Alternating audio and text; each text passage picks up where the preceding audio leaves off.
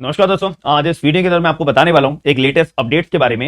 यहां पर Bombay high court के पास में एक असिस्टेंट प्रोफेसर के द्वारा एक लॉ कॉलेज के इनके द्वारा पीआईएल फाइल करी गई है और यहां पे एक बहुत स्ट्रिक्ट एक्शन लेने के लिए बोला हुआ है। और बॉम्बे हाई कोर्ट ने बार काउंसिल ऑफ इंडिया को और यूनिवर्सिटी ऑफ मुंबई को एंड यूजीसी को, यूनिवर्सिटी ग्रांट कमीशन को, इन सभी अपना पार्टीज को यहां पे नोटिस भेज दिया गया है और जून तक का टाइम दिया है इसका जवाब देने के लिए। जो बॉम्बे हाई कोर्ट ने अपना नोटिस भेजा है इन तीनों कंसर्न पार्टीज के लिए। अब मुद्दा क्या था, यहां पर जो है साफ तौर पे पीआईएल जब फाइल करी गई है असिस्टेंट प्रोफेसर के द्वारा, यहां पे बोला गया है कि सभी के सभी लॉ स्टूडेंट्स के ऊपर एक्शन लिया जाए, क्योंकि उनके द्वारा और इनफैक्ट जो कॉलेजेस के द्वारा यहां पर एक पार्शियलिटी शो करी जा रही है और ये article number 14 right to equality का क्लियर रूप से वायलेशन किया जा रहा है। जब यहां पे बार काउंसिल ऑफ इंडिया ने अपने रूल्स बना रखे हैं कि हर एक लॉ स्टूडेंट को जब अपनी लॉ की पढ़ाई कर रहा होगा और एलएलबी की पढ़ाई कर रहा होगा या बीएलएलबी की पढ़ाई कर रहा होगा, इनफैक्ट कोई भी लॉ का कोर्स जो हमारा इंटीग्रेटेड होता है या 3 साल वाला होता है या 5 साल वाला होता है,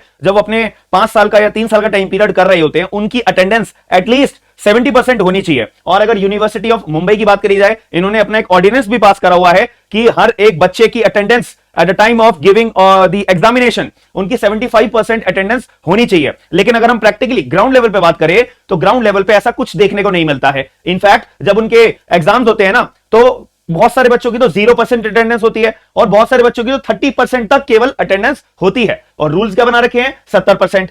ऑर्डिनेंस में क्या बता रखा है? 75%। तो ये तो क्लियर रूप से वायलेशन है, एक तो रूल्स का भी, और जो बच्चे अपना अटेंडेंस पूरी करते हैं, अपनी पूरी 70% या 75% तक अपनी अटेंडेंस मेंटेन करके रखते हैं, और जो बच्चे अटेंडेंस मेंटेन करके नहीं रखते हैं, तो उनके बीच में यहां पे पार्शियलिटी नजर आ रही है। और इनफैक्ट जो लॉ कॉलेजेस होते हैं वो भी बच्चों के साथ लीनियंट रहते हैं, कोई स्ट्रिक्ट बिहेवियर नहीं रखते कि कोई बात नहीं, तुमने अटेंडेंस पूरी कहीं नहीं करी है ना, तुम्हारी जो अटेंडेंस कम है ना, कोई बात नहीं, तुम आ जाओ, पेपर दे लो, पेपर में पास हो जाओ और ऐसे अगले सेमेस्टर अपना काट लेना, ऐसे ही फाइनल ईयर में आओगे, ऐसे तुम्हारे फाइनल ईयर के एग्जाम्स भी हो जाएंगे। एट द एंड अपनी लॉ की डिग्री लेकर अपना आपको जो ठीक लगे आपको अपना वो आगे कैरियर प्रोसीड कर सकते हो। अब इससे ड्रॉबैक क्या आता है, जो पीआईएल के अंदर ये चीज मेंशन करी हुई है, ड्रॉबैक ये आता है कि जो हमारा लीगल प्रोफेशन है इसके अंदर आगे चल के दिक्कत बहुत आती है। हम ये देख पाते हैं कि बहुत सारे लॉयर्स जो है जिनको थ्योरी की इतनी अच्छी खासी जानकारी नहीं होती है, बस वो प्रैक्टिकल सीखते हैं, और जब थ्योरी की बात आती है, जज साहब के सामने प्रोसीड करने की बात आती है, कोड ऑफ कंडक्ट को मेंटेन करने की बात आती है, और ये सारी चीजों को दिक्कत यहां पे बात आती है, तो तब प्रैक्टिकल ग्राउंड के तौर पे यहां पे दिक्कत फेस करने को मिलती है, इनफैक्ट कोर्ट्स के अंदर भी और लॉयर्स के बिहेवियर के अंदर भी। अब इस केस में यहां पे एक नाम खराब होता है कि भाई वकील बेकार है। अब इससे हम अगर ग्राउंड लेवल पे बिल्कुल स्टार्टिंग इनिशियल पीरियड से बात करें कि हमारे सरकार के द्वारा और गवर्निंग अथॉरिटी के द्वारा, इनफैक्ट जो हमारी बार काउंसिल ऑफ इंडिया है, इनके द्वारा भी अपने रूल्स बनाए हुए हैं, लेकिन अगर हम प्रैक्टिकली बात करें कुछ इन रूल्स का मतलब फॉलो नहीं होता है और कंप्लायंस नहीं होता है, कॉलेजेस के द्वारा भी, स्टूडेंट्स के द्वारा भी, और जो रूल्स बनाने की अथॉरिटी होती है वो भी कोई एक्शन नहीं लेती है। इससे बहुत ज्यादा दिक्कत आ रही है हमारे लीगल प्रोफेशन के अंदर। ये आवाज उठाई गई है पीआईएल फाइल करके असिस्टेंट प्रोफेसर के द्वारा। एक मुंबई के अंदर एक कॉलेज है, लॉ कॉलेज है, वहां पे एक असिस्टेंट प्रोफेसर है, इनके द्वारा पीआईएल फाइल करी गई है कि बॉम्बे हाईकोर्ट साहब आप जो है प्लीज इसके ऊपर एक्शन लीजिए, एक कमेटी का गठन करिए और पूरी की पूरी स्क्रूटिनिटी करिए। जो बच्चे अपना लॉ कॉलेज के अंदर पढ़ रहे हैं और उनके द्वारा जो अटेंडेंस मेंटेन नहीं करी जा रही है, उनको सीधा एग्जाम में अपना बैठने से रोका जाए। अब यहां पे क्वेश्चन ये राइज होता है कि भाई अटेंडेंस पूरी क्यों नहीं हो पा रही है, रीजन क्या है इसके पीछे? यहां पे पीआईएल के अंदर ये साफ बताया हुआ है, रीजन ये है कि यहां पे बच्चे लोग क्या करते हैं, अपना इंटर्नशिप में लग जाते हैं, कोई लॉ फर्म के अंदर या किसी एडवोकेट्स के साथ में अपना इंटर्नशिप में सारा टाइम अपना डिवोट कर देते हैं। और हमारे जो पर्टिकुलर बार काउंसिल के रूल्स हैं उसमें यह लिखा हुआ है कि आप समर ब्रेक्स के दौरान, विंटर ब्रेक्स के दौरान आप अपनी इंटर्नशिप करा करो। अब आपका जब समर ब्रेक ओवर हो गया है, विंटर ब्रेक ओवर हो गया है, और अपना नॉर्मल आपका कॉलेजेस के सेशंस, प्रैक्टिकल सेशंस, ट्यूटोरियल्स और जो हमारे सेमेस्टर की क्लासेस होती हैं वो शुरू हो गई है, उन क्लासेस को आप शट डाउन करके आप जो सीधा इंटर्नशिप के लिए जाते हो, ये पूरा का पूरा वायलेशन है, ये पूरी की पूरी गलत बात है। इससे जो एक्चुअल में अभी आपका टाइम क्या होता है, कानून को सीखना थ्योरी वाइज, वो टाइम पीरियड को आप लैक कर रहे हो।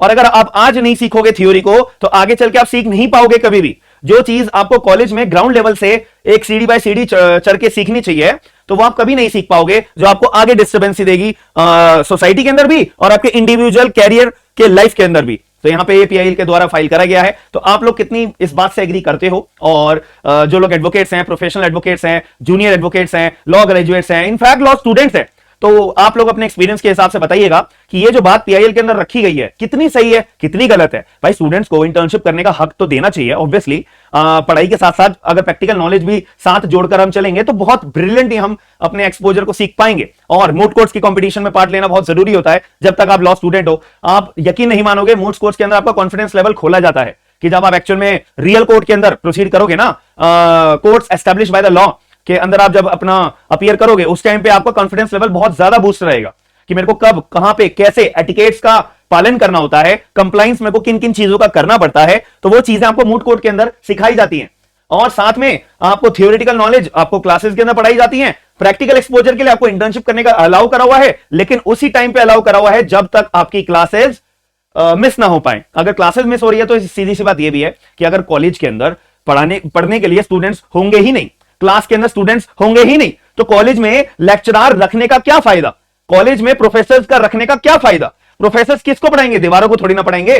सीधी सी बात है, अगर कॉलेज में स्टूडेंट्स आएंगे ही नहीं और उनकी लाइफ ही थ्योरी से बनेगी, अब वो थ्योरी ही नहीं पढ़ेंगे पहले, तो प्रैक्टिकल सीख के आप क्या कर लोगे?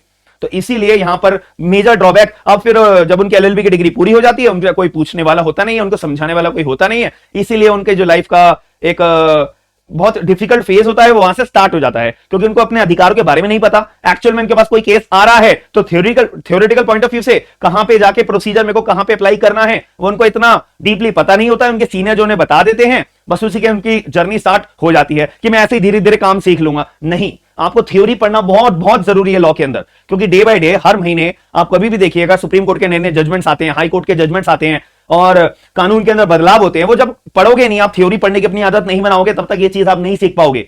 तो इसीलिए ये पीआईएल फाइल करी हुई है और पीआईएल के अंदर फाइल करने के बाद यहां पे मांग करी है कि सारे के सारे लॉ स्टूडेंट्स के ऊपर एक्शन लिया जाए, कमेटी पूरी प्रॉपर बनाई जाए और जो बच्चों का अपना 70% as per the Bar Council, 75% as per the ordinance of the Mumbai, 75% इसका अगर कोई कंप्लायंस बच्चा नहीं कर रहा है, उसको एग्जाम्स में बैठने से बिल्कुल रोक लगाई जाए। इसके लिए पूरी कमेटी का गठन करा जाए स्क्रूटिनिटी करने के लिए। तो आप लोग कितना एग्री करते हो एक बारी अपने कमेंट बॉक्स के अंदर जरूर बताएगा और वीडियो को लाइक करके ज्यादा से ज्यादा लोगों को ये बात को शेयर करना आपकी जिम्मेदारी है। और जिन लोगों ने मेरा बैच ज्वाइन नहीं करा है और बैच ज्वाइन करना चाहते हो, राजस्थान जुडिशरी का पेपर का एग्जाम देना चाहते हो, जिसमें आपको सारे के सारे माइनर लॉज और मेजर लॉज की रिवीजन हमारी यूट्यूब पे होगी, माइनर लॉज की कंप्लीट पढ़ाई कराई जाएगी। तो जिन लोगों ने मेरा बैच ज्वाइन नहीं करा है, बैच अभी के अभी ज्वाइन कर लीजिए। 15 अप्रैल 2024 शाम को 6 बजे से हमारा बैच चालू हो जाएगा, तो इस अपॉर्चुनिटी को मिस मत करिएगा। एप्लीकेशन डाउनलोड कर लो, स्मार्ट एंड लीगल गाइडेंस, वहीं पे आपको बैच का ऑप्शन मिल जाएगा और आपको प्राइजेस भी वहीं पे शो हो जाएंगे। और बैच ज्वाइन करने के बाद शाम को 6 बजे से हमारी एप्लीकेशन के ऊपर क्लास चलेगी